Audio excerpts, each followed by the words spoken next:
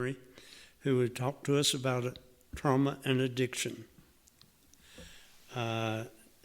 David works in prevention at Highlands Community Services, teaches parenting classes to men at the Abingdon Regional Jail, among other things.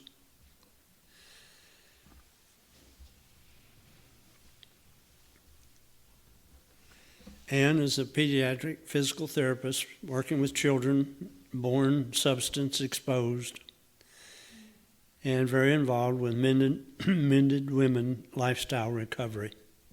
David and Ann both perform music in the state prison in Mountain City. They will probably talk today about childhood trauma as well. We see the effects of that every day in our work. And again, David and Ann Ledgerwood, thank you.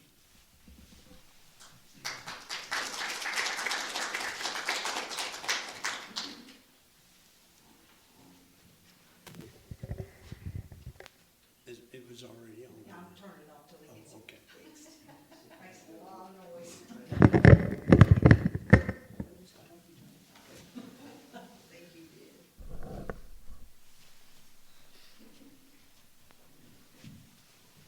So thank you all. Is that coming through pretty well? We can push it up a little bit. You're not singing for a while. Okay. So we're going to take turns. We're pretty good at that. So my name is Ann Ledgerwood. I am more or less native of this area. I was born in Bluefield, West Virginia, and have lived most of my life since 1970 in this general area. So I am a pediatric physical therapist, thanks to Jane Hill, who helped me get in school all those years ago, graduated in 1980. And as I think back, I want to talk a little bit about my childhood. I was raised in a stable home with parents who loved each other and were kind and supportive to us children. I have two sisters. I never saw my parents fight. I was never afraid of my dad or my mom. I grew up in a stable home, and that makes a difference. We're going to talk about that a little bit. But what happens to us as children makes a difference into how we are as adults. So my career has been since 1980, so a long time working mostly with children. I've worked some with adults in the early part, but I've worked in several school systems. I've owned my own pediatric clinic, and now I am trying to kind of cut it back and turn down the volume, because I'm 65. But no, yes, I am. But it's not easy to do, because part of it is because I love what I do, and also because there aren't enough of us to do what I do. So one thing to sort of set the stage related to understanding what happens to us as children, and it matters on many levels. What happens to us from a behavioral standpoint of our parents and the stability is very important, but also, in which I'll talk more about, what happens to us physiologically when babies are born substance exposed. That causes problems as well. So there's a study going on that you can look up, and I'm going to send Mark some links that you can pass on to everyone. But there's a study, and many of you may have heard of what's called the ACE study, ACE. It stands for Adverse Childhood Experiences. And a physician years ago thought, I wonder if there's any relationship between what happens to us as children and our health outcomes. So there's this study. It's either 14,000 or 17,000, I can't remember, people that are being tracked and studied their health outcomes through Kaiser Permanente, which is a large HMO. So there's a test that you take, and it has 10 items. It's either yes or no, and these are things, did this happen to you before the age of 18? So it has to do with things such as, were you ever hungry? Did you ever see violence against your mother or your mother figure? Did you have someone in your household that was incarcerated? Things like that. So there are 10 items. It's either yes or no. So that gives a person a score. And so your score can be 0 to 10. And the studies are showing that when a person has an ACE score of 4 or higher, you might be able to talk about this better than I do, that they're increased risk for many things, including mental health issues, substance use disorder, cardiac problems, stroke, because of all the behaviors that go along with that. So that's part of what we'll talk a little bit about, but my ACE score is 0. I never experienced any of those difficult things in my childhood because I had a stable home. And so I am a relatively stable adult, but I realize that it matters. It matters what happens. I go into homes through the early intervention part of what I do, the birth to 3. I go into homes that are really nice, in the Virginian. And I go to homes that have dirt floors or have floors falling in. So some of that is, and we could have a whole nother talk just about poverty, but it's not all just poverty related. There are the other things that are underlying too in terms of childhood trauma and the things that are definitely related to this. So how has this all affected me? Well, my parents modeled service for me. We always had people in for lunch and people stayed with us. My dad was much more physically able than my mom, but my dad was always helping with fixing somebody's house or whatever, that kind of thing. There was a project called the Emory Service Project that went on for years and years, and they would have youth groups come from around the area to work on fixing people's houses and building ramps, things like that. So I had that modeled for me. So I guess that's part of what has kind of pushed me along. I also have experienced addiction in my own family with my son. So I understand what it's like to be the parent of a person struggling in addiction. I have not experienced it myself personally as a person in addiction, but I have experienced it as the mother of one. And it's really a hard path to walk. So all those things, I guess, roll together. We all are the summary of our experiences in life, They're good, be they bad, be they somewhere in the middle. But we know that our experiences impact who we become as adults. That is true for when a person has a stable life as a child, and also for people who don't. And some of what also moves us forward and where we end up is some things that are just given to us at birth, like the basic intelligence to learn certain things. Not everybody is born with that. I see that a lot in my work too. So this was always kind of pushing me along, thinking, how am I going to give back? How am I going to give back? Because of the many things that I see every day related to parents who are not capable of caring for their children because they are caught in addiction. I saw one day last week, I saw 4 children in a day. None of them are being raised by their birth parents. None. First one, she and her sister are being raised by an aunt because mom is on the streets deep in addiction. The second was a grandmother who was raising 6 grandkids under the age of 7. Now, she had already adopted 2 from her daughter, and then her son and his girlfriend are really not in a good place related to addiction, and he has 4. So these 4 children, so they're, cousins and brothers and sisters, and she's working, and she has 6 kids under the age of 7. So so there was another one that was being raised by a grandpa because mom is out wherever, she's unable. And then the last one is a little girl who was shaken. And you've probably heard of shaken baby syndrome. It's a terrible, terrible thing and massive brain damage from it. And typically that's so sad because it's not intentional. People lose their temper and shake their baby and tell them to shut up or whatever. But they don't. It's not like throwing your child across the room like an intentional thing, but yet the damage is horrible.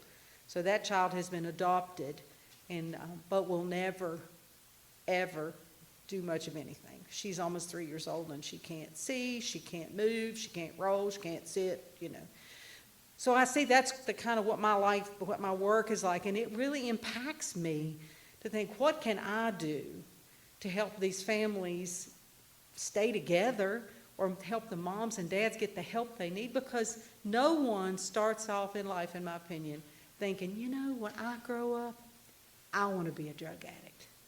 I want to be an alcoholic. I want to have everything that I've ever known and loved taken from me because of my choices. My kids, I don't have all that kind of thing.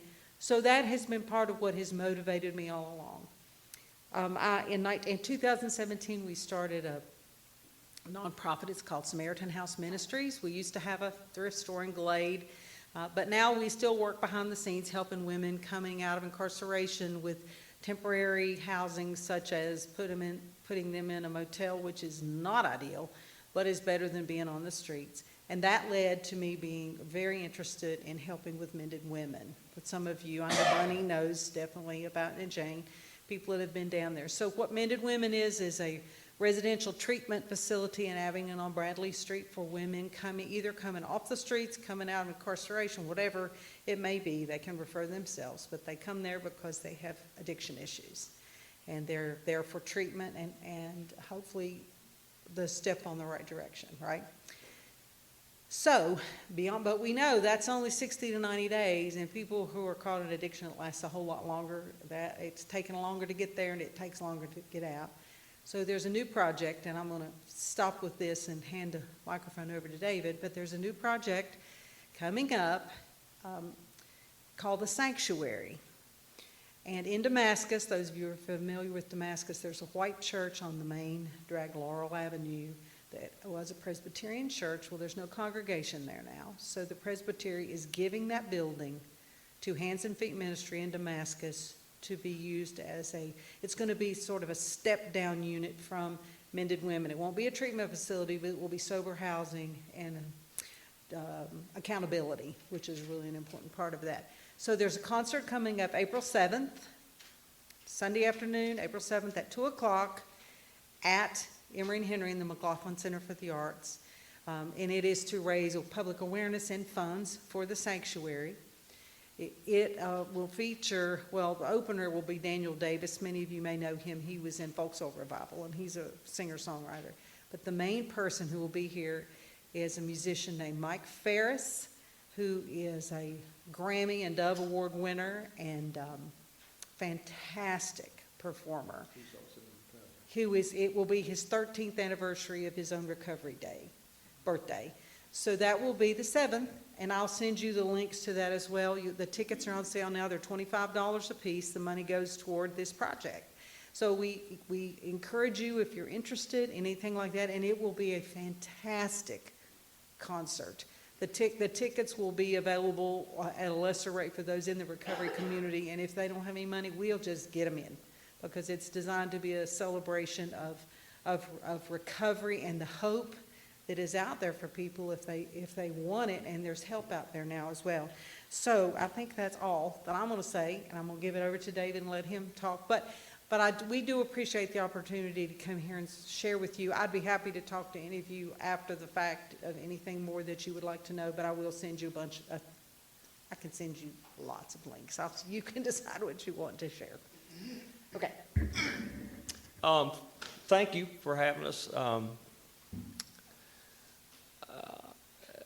The thought crosses my mind a lot that we all, and I I like analogies. So think of a ladder. Think of a ladder that has 50 rungs, a tall ladder. We don't all come in on the same rung of the ladder in life. Some of us come in into a stable home with our basic needs and that. Those of y'all that are familiar with the Maslow hierarchy of needs, you know we have food, water, basic necessities, all the way up to self-actualization. Well, some of us come in only at the first level. Some of us don't come in. I mean, I've had kids I've worked before that were astounded that there was 2 switches on either end of a hallway that both turned the same light on and off. That was a big deal. I had a kid in high school that came and said, "Mr. Dave, let me tell you what we got at my new apartment. We got a hall light, and it's got a switch on either end of the hall." I mean, this was big stuff to this young man. So my background, working background, career was mainly in manufacturing for many years. But in my 30s, I went back to school. My dad always wanted me to get an education. He passed away when I was 19. He didn't get to see me realize that goal, but I did go back in my 30s. I was a very poor student straight out of high school because I majored in marijuana. I don't recommend that to anybody. But my second time back, I did smoke. I just smoked no pot, and I studied hard, and I did real well. I was a straight A student. I graduated at the top of my class, which means nothing except I was just as capable of doing that the first time, but I wasn't focused. I wasn't motivated. So I think there's three things it takes to get ahead in life. You got to have some measure of capability, which most everybody has. We're all capable of something, except you see some kids that are not. Capability, and then you have to be motivated to want to go and do something with what you've got. But beyond that, and I would suggest a lot of people have got capability and motivation, you have to have opportunity. And I suggest to you there's a world of people out there that have both capability and would be highly motivated given the chance to go and do something with their lives. And there's tons and tons of people. I think of inner city youth that will never know. Maybe a lot of them join gangs or whatever. I mean, they go in a different direction. But had they been given an opportunity, they could have done something really great with their lives and maybe still can. So I worked in manufacturing for many years, and then I went back to school. Long story short, Annie and I met in 2004. I moved down here. We married in 2005. And then I went to work at a machine shop at Exit 50.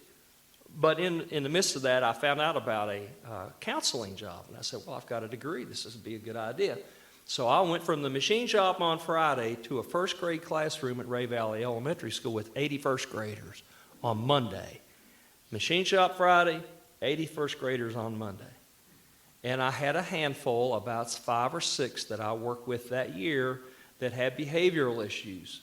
I mean, I had a school administrator here say, if you can just keep these children in the school building so they don't get sent to alternative school, they don't get sent home. If you can just keep them, I know their behaviors are bizarre, but if you can keep them in the school, you've earned your money. And so I did that for a full year. I loved it, absolutely loved it. I could tell you story after story. The second year, I went to John Battle High School, and I worked with 9th graders. Oh, my gosh. So I did that for 4 years and have recently, surprisingly, reconnected. One of the kids that he was a kid, he was 15, called or got hold of my wife through Facebook, and we reconnected and had coffee 2 weeks ago down in Abingdon. So what you do in life affects other people. You're not an island. You're not insular. When we go out and we have interaction and communication with people, we have an effect on our sphere of influence, however big or small that is. So it was great to reconnect with him. I did 4 years at John Battle. I went to Meadowview and worked with little people again for 3 years. I went to Patrick Henry and worked again with high school students. And then I moved over to prevention, which is just a different department in our company. I work for Highlands. When I went over there, I was given an assignment. Can you grab that book for me? I was given an assignment to read a book. And I have brought today 12 copies of this book. So I didn't get enough for everybody, but I have a 10 to give away. And if you should take one and read it, then pass it around. Pass these around your group here if you're so inclined to want to read it. The book is called What Happened to You. We often look at people with life-controlling problems and we go, what's wrong with you? What is wrong with you? But rarely do we ask the question, what happened to you? And as Ann was talking earlier, childhood trauma sets the stage for us oftentimes as we enter life, progress through life. A lot of the issues and problems that we can face later on in our early adulthood, middle age, and even into our age now, start when we're little. So now I go out and I teach parenting classes. I teach fathering classes. I teach a dad's class. Somebody says, you teach a dance class? I said, no, not dance, dads. A dad's class. And I meet with men and I try to help them see the importance. My son's 42. My daughter's 41. And my daughter's 39, I think. So my time's done. My kids are grown, but many of these men I meet with have got 6-year-olds or a 5-year-old or a newborn or an 8-year-old or a 13-year-old. And I tell them, you don't realize how critical it is for you to be present, not just in the room. We can all be here. We're here together. But being present with your kids, engaged, involved, encouraging, loving, supporting, guiding, leading, discipling. Your children, they need that. It's critical. It's critical to who they become when they become young adults, adolescents, young adults, and move on into their life. If you can give them a good, solid first 7 years, they're well on their way. And on the other hand, if they don't get that, it can be very difficult for them as they move on through life. We witness that. We see that. I read this book, and I said, oh my gosh, this is what's been wrong. Because you remember, for 15, 14 years, I've been working with kids with behavior problems. I've worked with kids that come in, and they're no sooner in, they turn a desk over. They throw a pencil box. They stick somebody with a pencil. They run. They hide behind the coat rack. These are the kids that I was assigned to work with every day.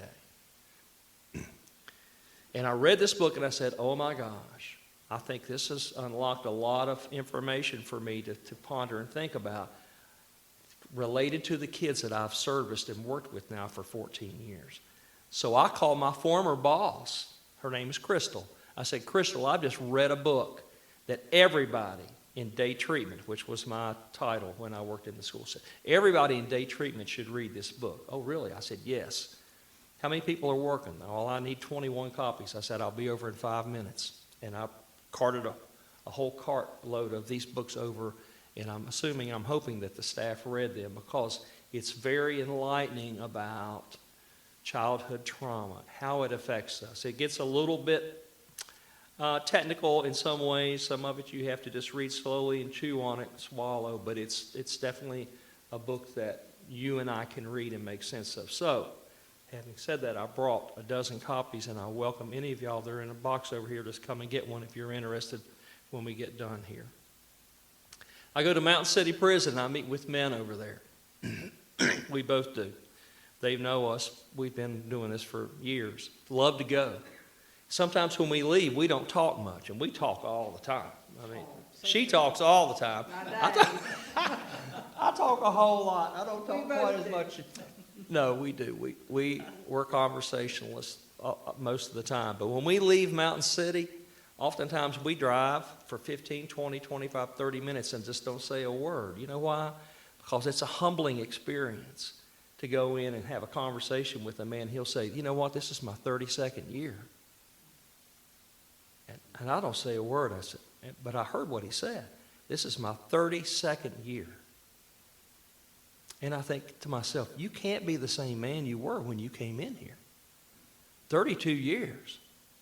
33 years, 24 years, 18 years, 10 years, 5, a year. 6 months is much longer than I want to be in. I go into the regional jail all the time, and I get, when I buzz the door and it takes 2 or 3 minutes for them to open it for me, I'm thinking, okay, am I going to be stuck here tonight? And I've never I go into the jail all the time, but I've never been in to have to stay. And I feel for men that are there. And I hope that the encouragement that I'm able, or just the time that I get to spend with them, is an encouragement to them while they're there, that they're able to get out and move forward with their lives when they come on the other side. But it's a humbling experience to spend time with people who are incarcerated and would share the same thing with you. So what does that mean for you guys? I don't know. I mean, we all have to walk this thing on our own. We've been given lots of opportunities to reach out and do some of the things we do. I'm very thankful for those opportunities, and I'm nearing retirement. I'm getting ready to draw my first Social Security check. And Medicare. And Medicare. That's just where I'm at in life, y'all, When I go in and meet with people, especially high school kids, I do the bell-shaped curve. You know the bell-shaped curve? And I put a 0 here, and I put a 90 here, and I put a 45 in the middle. I say, how old are y'all? 14? I said, I put an X.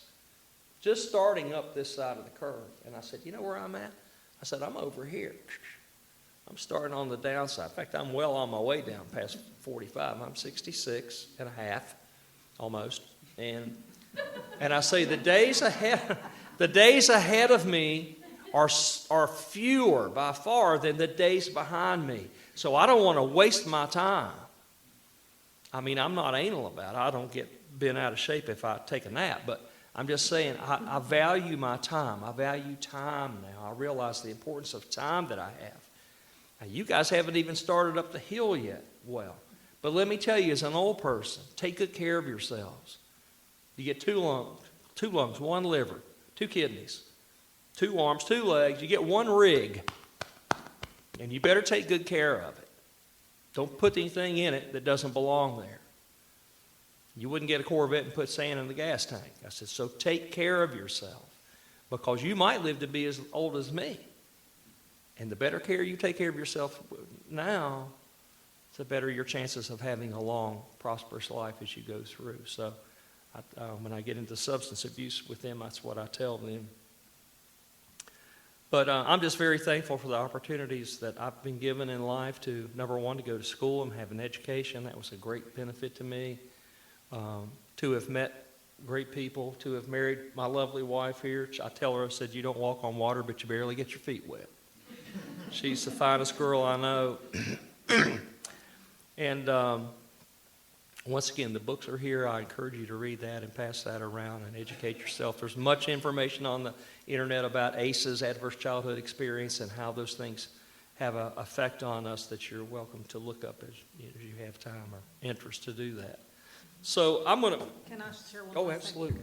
I just wanted to mention, too, when we think about going into jail, I go into the Abingdon jail and have a meet with women in a women's small group twice a month. And it's a Bible study-ish. I mean, it's really not just that. It's a lot of just being together stuff. But the chaplain always wants us to do prayer requests. So one night I was there, and I think we had 14 women that night. And one woman said, would you please pray for me, because tomorrow's the anniversary of my brother's suicide. I said, okay. So, they want us to write it all down. So I said, well, if y'all don't mind to tell me, how many of you have experienced suicide in your family? Thinking of trauma. This is a major trauma. And of those 14 women, 9 hands went up. 9. And most of the women there are there because of drugs. Being with, and I'm not blaming it all on the men, but oftentimes these women are so needy, they think if they can't stand on their own, they have to have a man. And they don't pick good ones. Let me tell you, there are a lot of great men and wonderful men in the world, but they don't tend to pick them. But anyway, of those 14 women, 9 hands went up, and one woman said, I've had 2 in my family, my father and my brother. So when we think about trauma is definitely in childhood, and think of the trauma to a child of having a parent who commits suicide is and we know that people that commit suicide have reasons that happens. There's no judgment on that, but those left behind, there's a lot of pain left. So we've talked some about childhood trauma, but trauma also can continue as adults too. It just doesn't shape our personalities in the same way as it does when we're little, and we're expecting the parents who raise us to be those who love us. I wanted to say a couple of things before you sing, because Jane and I talked about this. We do a lot of music out. We play every second Friday at Tumbling Creek Cider Company right by the farmer's market. A wonderful place. We love being there. We played this past Friday night, and we had a wonderful, wonderful time. 4 trains, but other than that, it was great. And then we also have a band that plays at Sweet Bay Brewing on the 4th Friday of the month, and that's just kind of how we go about doing our music. But I've also written some books, self-published books through Amazon, and the last one I wrote is called Strawberry Heaven, and it introduces childhood trauma, alcoholism, domestic violence through the eyes of a child. So if you want more information about that, I can send you that as well. So that's just a couple of things to mention, and we're going to share. We thought we might share. We're going to end with "Lean on Me," but we would really also. I asked David if he would share this song about Rosa Parks. Not exactly related to what we're talking about, but it's on the tail end of Black History Month, so it works. It's it's relevant in that we all have value. Absolutely. It doesn't matter who we are, what persuasion we are, what color we are, big, fat, tall, short, it doesn't matter. We all have, I teach the kids that. I said, you have value. Not 15-year-olds that don't have a lot of self-esteem, okay? Think about yourself. When I was 15, I was as backward as reverse on a tractor. I mean, I just didn't get it. So those kids, and man, I wish I brought some of those. I send them little pieces of paper. When I go in, I say, I can't have a 30-minute conversation with every one of you. I wish I could, but I can't. But let me give you a piece of paper. What is my favorite childhood memory? What is one of my favorite childhood memories? What is the one rule I would have in my house that everybody has to follow? What is one thing I'm most afraid of and why? And you wouldn't believe the answers I get from 15-year-olds. So I drag these pieces of paper into the jail, and I read them to the men I meet with. Let me tell you what your 15-year-old is thinking. Let me tell you how their mind's working right now. And oftentimes, the fond memories, going to the park with my family, going fishing with my dad, going hunting with my dad. Quite often, the fathers are mentioned, doing something with my dad. And it strikes a chord with the men that I meet with. They don't just go, oh, man, I mean, it. And then the one that he brought home too that said, what are you most afraid of? And one that says, my dad. My dad. It's really. Can you grab it from me? Oh, I'm sorry. So this song is written by a friend of mine that I haven't seen in a long time. I might go see him down in Roanoke before too long. He lives in Raleigh now. But it's a song he wrote about Rosa Parks. And it's really just about all of us and our value. Okay?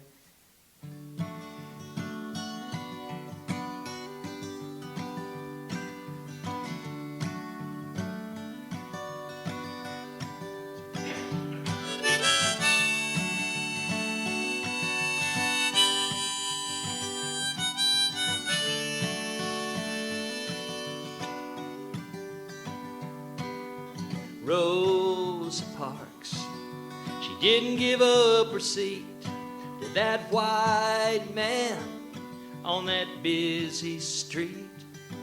The bus stopped and hearts dropped. Girl, you better move your feet. But Rosa Parks, she kept her seat. Now that Montgomery jail was made for criminals, lawbreakers, and fools, but not for the innocent ones who take a stand against those who are so cruel. But Rosa Parks, she didn't give up her seat to that white man on that busy street. The bus stopped, hearts dropped. Girl, you better move your feet. But Rosa Parks, she kept her seat.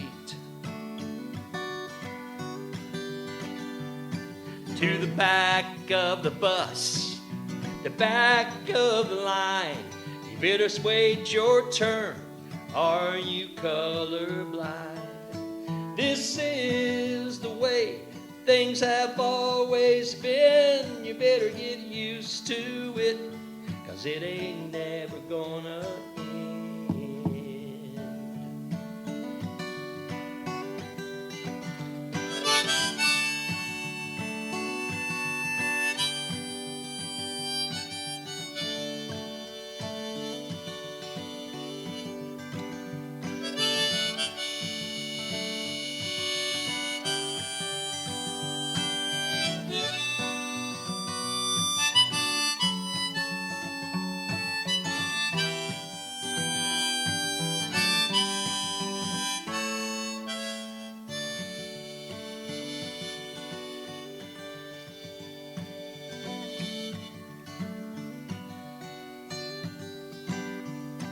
Now tears, they fall from a southern sky at a motel in Memphis. Bullets fly, and a man lays down his life for his friends. But a seed that dies will flourish again. Now, Rosa Parks, you kept your seat, your conviction, and your belief that all are created in the image of God, and the truth will set you free. Now, Rosa Parks, please take your seat.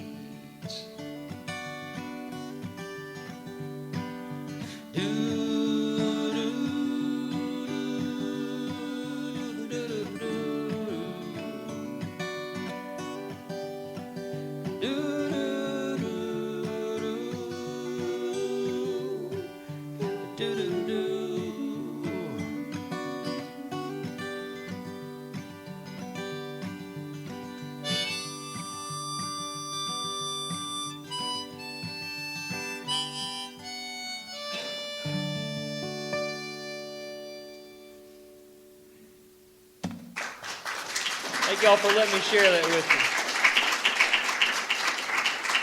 you. So we want to end what we're doing with, is it time for us to do the last song?